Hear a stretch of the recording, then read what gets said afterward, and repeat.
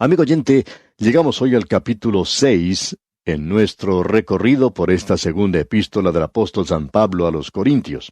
Y estamos en un capítulo que hemos llamado El Consuelo, la consolación de Dios para todas las circunstancias del ministerio de Cristo. Tenemos ante nosotros los requisitos de un buen ministro de Jesucristo. Y ninguno de nosotros puede leer esto sin exclamar, ¿quién es capaz de hacer estas cosas? Ninguno de nosotros puede llegar a cumplir todo lo que se indica aquí. Vamos a observar eso más adelante. Y quisiéramos que usted note que todavía estamos en la sección del consuelo, la consolación, el estímulo de Dios. Eso lo tenemos en los primeros 7 capítulos de esta segunda epístola a los Corintios. Hemos estudiado hasta ahora el consuelo de Dios en el ministerio del sufrimiento. Primero tuvimos el consuelo de Dios en el glorioso ministerio de Cristo. Eso lo estudiamos allá en el capítulo 3. Después vimos el ministerio del sufrimiento por Cristo, el ministerio del martirio por Cristo. Ahora tenemos ante nosotros el consuelo de Dios en todas las circunstancias del ministerio de Cristo. Este es un ministro completo. Miremos esto por un momento. Tenemos ante nosotros a quien podría ser el ministro ideal. Leamos el primer versículo de este capítulo 6 de la segunda epístola a los Corintios. Así pues, nosotros, como colaboradores suyos, os exhortamos también a que no recibáis en vano la gracia de Dios. Queremos dar énfasis aquí a esto que se nos dice sobre ser colaboradores, es decir, que laboramos, trabajamos juntos. Necesitamos reconocer que existe una línea divisoria entre los hombres en nuestros días que necesita ser borrada. Esta línea está entre el clero y el laicismo, pudiéramos decir. Hay ciertas personas que han recibido el don de la enseñanza, y hay aquellos que han sido llamados a enseñar, otros a ser pastores. Hay aún otros que han sido llamados a ser misioneros. Hay algunos que son llamados a tener cierta relación, pero todos han recibido un don. Nosotros llamamos a algunos laicos, y tenemos una división hecha entre el púlpito y el banco de la iglesia, y no hay necesidad de esta distinción que hacemos hoy. Somos colaboradores, es decir, trabajamos todos juntos. Si usted es uno de aquellos que se sienta en un banco de la iglesia y nos está escuchando hoy, usted es tan responsable como yo en la proclamación de la palabra de Dios. Quizá hayamos recibido un don diferente al suyo. Quizá sea usted el presidente de un banco o de una gran empresa.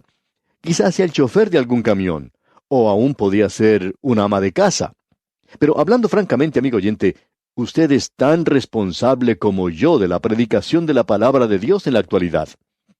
En realidad, nosotros necesitamos reconocer que Dios ha dado a la iglesia ciertos hombres que pueden enseñar, ciertos hombres que pueden actuar, funcionar como pastores, y otros que han recibido dones diferentes que pueden usarse en la obra de Dios en nuestros días. Eso es para equipar, preparar a los creyentes para que ellos sean siervos. Y una vez más, deseamos mencionar lo que dijimos en un programa anterior de algo que escuchamos decir a un amigo y que dijo que los pastores no producen ovejas, sino que son las ovejas las que producen otras ovejas. Muchas personas piensan que el predicador es el que tiene que ganar a toda la gente para Cristo, que ese es su trabajo, o si no, que lo haga el evangelista. Pero amigo oyente, permítanos decirle que esa es su obligación también, es obligación suya. Dios ha dado maestros, predicadores, evangelistas y misioneros para que todos estos preparen y enseñen al cuerpo de creyentes, es decir, a aquellos que están en el ministerio. Este ministerio incluye a aquellos que ocupan un lugar en los bancos de la iglesia, para que ellos sean preparados para salir a testificar. Ya sabe que el pastor no es el que produce las ovejas. Él las puede alimentar y cuidar, él las apacienta, él pastorea las ovejas, pero no las puede producir. Las ovejas necesitan producir ovejas. Toda la obra de la iglesia el día de hoy se encuentra estancada porque las ovejas no están testificando. Hay algunos que deberían estar testificando en nuestros días. Y quisiéramos volver a hacer una pregunta, y estamos siendo bastante personal en estos días, pero ¿qué está haciendo usted, amigo oyente, para proclamar la palabra de Dios a otros? Hay algunos que nos están escuchando en esta ocasión que pueden hacer algunas cosas que yo no puedo hacer y que ningún predicador de su país puede hacer. ¿Sabe lo que es? Hay ciertas personas que tienen mucha confianza en usted y que no me escucharían a mí ni por 5 segundos, pero que escucharían lo que usted tiene que decir. Quizá usted podría conseguir un horario de programas y dárselo a sus amigos. Quizás una palabra suya provocaría que ellos escucharan los programas donde se presenta la palabra de Dios. Encontramos que hay personas que están siendo llevadas a Cristo en nuestros días porque alguien habló con ellas sobre los programas y les invitó a que los escucharan. Hay otras personas que pueden colocar anuncios en los periódicos locales. Nosotros no podemos hacer eso, no es nuestro método, pero hemos visto que esto ocurre en varios lugares y nos enteramos de eso. Hay aún quienes están interesados en que las personas de su ciudad o de su pueblo puedan escuchar la presentación de la palabra de Dios. Cierto hombre de negocios, por ejemplo, que es una persona muy buena, pero hablando honestamente, él no puede hablar, es decir, sí puede hablar, pero tiene cierto problema. Lo que él hace es conseguir grabaciones de los programas y las hace circular entre sus conocidos. Las lleva a los diferentes lugares que visita. Él es un hombre de negocios muy destacado y le gusta mucho ir a llamar a la puerta de uno de sus trabajadores durante el anochecer y llevarle una grabación con una grabadora para que la pueda escuchar. Él va a visitarlos y les dice: yo quisiera que ustedes escuchen esto por un momento. Y esto, amigo oyente, es testificar. Usted puede darse cuenta, amigo oyente, que somos colaboradores suyos. Y aquí Pablo dice: os exhortamos también a que no recibáis en vano la gracia de Dios. Ahora, ¿cómo puede uno recibir en vano la gracia de Dios? Pues bien, es de esta manera. ¿Cómo estamos respondiendo nosotros al amor de su corazón, o sea, al amor del corazón de Dios? Dios nos está colmando de su bondad y su misericordia. Nosotros podríamos gozarnos de la salvación de la gracia de Dios, y sin embargo, estamos viviendo vidas carnales, vidas mundanas. Eso es lo que quiere decir recibir en vano la gracia de Dios. Esto es algo que nosotros necesitamos reconocer. Es muy importante que lo hagamos. Continuemos ahora leyendo el versículo 2 de este capítulo 6 de la segunda epístola a los Corintios. Porque dice: en tiempo aceptable te he oído, y en día de salvación te he socorrido. He aquí ahora el tiempo aceptable, he aquí ahora el día de salvación. Hay muchas personas que dicen: bien, yo no voy a aceptar a Cristo ahora, lo haré en otra oportunidad, y lo postergan. Hay otras personas que dicen también: bueno, yo voy a esperar hasta que venga cierto evangelista a mi ciudad. Hay muchos que hacen eso. Muchos pastores nos han indicado que así sucede. También dicen: yo esperaré hasta que tengamos una reunión especial. Ahora, amigo oyente, yo no sé quién es usted, dónde está o cómo está en este momento. Pero si usted no es salvo y me está escuchando, para usted ahora es el tiempo aceptable. He aquí ahora el día de salvación. Ahora mismo, amigo oyente, no es mañana.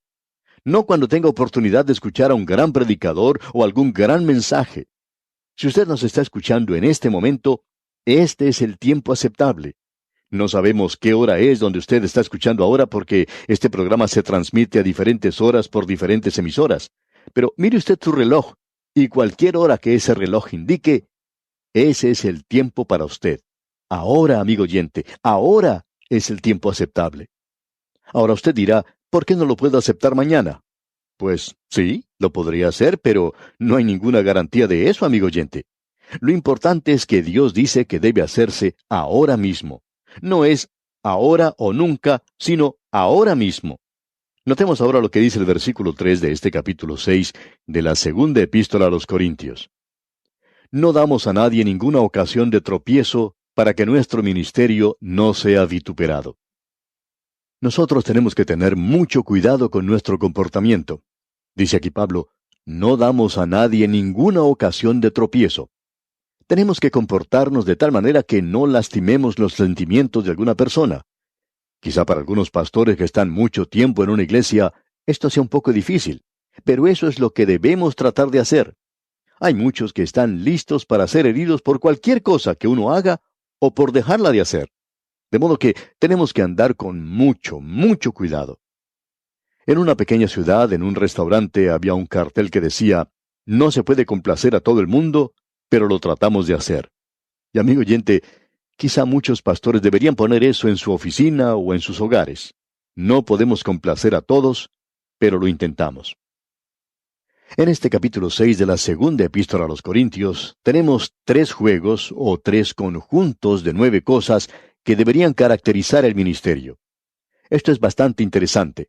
Vamos a pasar por ellas quizá un poco rápido, pero queremos que usted note lo que dice aquí en el versículo 4, en su primera parte. Dice, antes bien, nos recomendamos en todo como ministros de Dios, en mucha paciencia.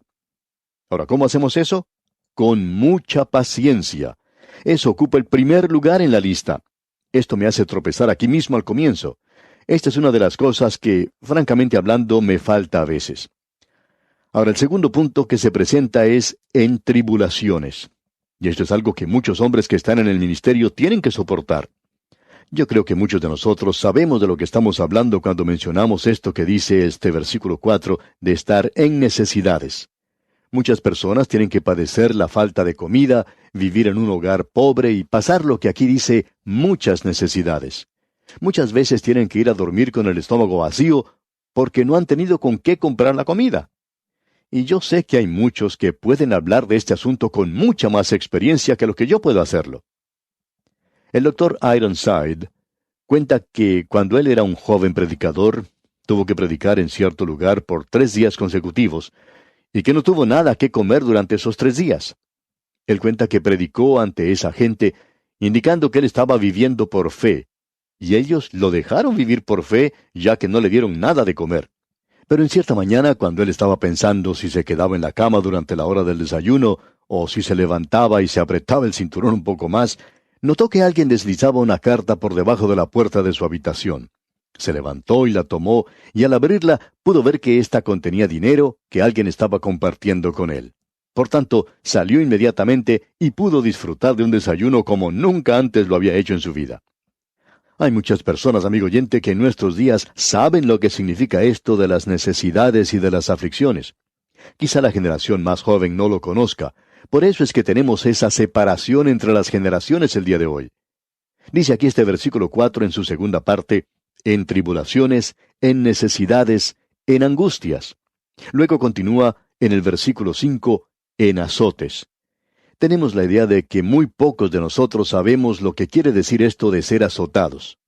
Pero muchas veces hemos sido heridos en el rostro por una declaración insultante que hemos recibido de alguna persona en nuestro círculo. Luego, continuando con este versículo 5, tenemos en cárceles, en tumultos, en trabajos, en desvelos, en ayunos. Todas estas cosas que tenemos aquí, amigo oyente, son cosas que deberían identificar el ministerio. Quizá no todas ellas, pero ciertamente muchos de los que están en el ministerio saben de estas cosas. Luego, continuando con el versículo 6, se nos dice que debemos hacer las cosas en pureza. Amigo oyente, esto es muy importante, que un ministro sea puro en su vida. Una de las cosas que más daño hace al ministerio es cuando un ministro es hallado culpable de algo que es inmoral. Eso ciertamente perjudica en gran manera al ministerio. La pureza es algo muy importante y no es algo que está fuera de moda. Luego se nos dice aquí, y en ciencia. Ciencia aquí quiere decir conocimiento, y no solo se refiere a la palabra de Dios, sino que el predicador tiene que conocer muchas otras cosas más. Él tiene que mantenerse al tanto de lo que está ocurriendo en la época en que está viviendo. Más adelante leemos en longanimidad. Esta palabra vuelve a presentarse aquí y longanimidad es paciencia, pero mejor vestida. Ahora, siguiendo en este versículo tenemos en bondad, en el Espíritu Santo. Y que Dios tenga misericordia de cualquier predicador que trate de predicar sin el Espíritu de Dios como guía e inspiración. Eso es lo que más nos preocupa sobre todas las otras cosas. En lo que hemos trabajado en el ministerio, en cada oportunidad que tenemos que presentar el mensaje, oramos al Señor pidiéndole que nos ayude a predicar en el poder del Espíritu Santo. Porque yo no puedo confiar en mí mismo, amigo oyente. Pero con la ayuda del Espíritu Santo, el mensaje entonces tiene poder. Luego se nos dice, en amor sincero. Esto es algo que hace mucha falta en nuestros días. Un amor que sea genuino. No pretender ser santo diciendo ciertas palabras típicas, bien conocidas, y que todos repiten. O decir cuánto uno ama a los demás, y luego atacar por la espalda. Tenemos demasiadas personas de esa clase y en realidad no las necesitamos. Lo que necesitamos, amigo oyente, es amor sincero, genuino, real, verdadero. Porque el Espíritu de Dios lo ha puesto en nuestros corazones. Esto es lo de importancia que debemos notar. Ahora encontramos más adelante que se nos dice, en palabra de verdad. Ahora, esto de palabra de verdad quiere decir que el predicador debe conocer bien su Biblia. Luego se menciona en poder de Dios. Eso es de mucho valor. Siguiendo la lectura, vemos algo más. Con armas de justicia a diestra y a siniestra. Notemos ahora que entramos a otro grupo de palabras que comienzan con esto de por honra y por deshonra. Diríamos que esto nos da un ministerio bien equilibrado. Demos lectura al versículo 8 en su primera parte. Por honra y por deshonra, por mala fama y por buena fama. Hay personas que van a decir cosas de usted que son malas, pero nosotros debemos servir sin reconocer eso, sin prestarle atención. En otras palabras, un halago también puede perjudicarlo a uno. En una de las obras de Shakespeare, uno de sus personajes dice, mis amigos me alaban y me hacen comportar como un asno, y mis enemigos me llaman asno. Y preguntamos nosotros cuál de ellos es peor. Tenemos aquí algo malo y algo bueno. Hay cosas que nos halagan y hay quienes dicen cosas malas de nosotros. Y luego continúa el versículo diciendo, como engañadores, pero veraces, como desconocidos, pero bien conocidos. Y amigo oyente, el ministro de Dios quizá no sea muy bien conocido. Y continúa el apóstol diciendo, como moribundos, mas he aquí vivimos, como castigados, mas no muertos, como entristecidos, mas siempre gozosos, como pobres, mas enriqueciendo a muchos. Tenga cuidado cuando encuentra algún ministro que sea muy rico. Se supone que nosotros no debemos enriquecernos en el ministerio. Y continúa Pablo diciendo aquí en el versículo 10 de este capítulo 6 de la segunda epístola a los Corintios, como no teniendo nada, mas poseyéndolo todo. ¿Recuerda usted lo que Pablo dijo allá en su primera carta a los Corintios? Él dijo, todas las cosas nos pertenecen y Cristo es nuestro y todo es nuestro hoy. Yo soy rico, amigo oyente, pero también soy pobre, y usted no sabe lo pobre que soy. Y bien, vamos a detenernos aquí por hoy, pero en nuestro próximo programa proseguiremos con este estudio de la segunda carta del apóstol Pablo a los Corintios. Confiamos en que usted, amigo oyente, volverá a sintonizarnos. Al despedirnos por hoy, deseamos a usted las incontables bendiciones del Señor en su vida.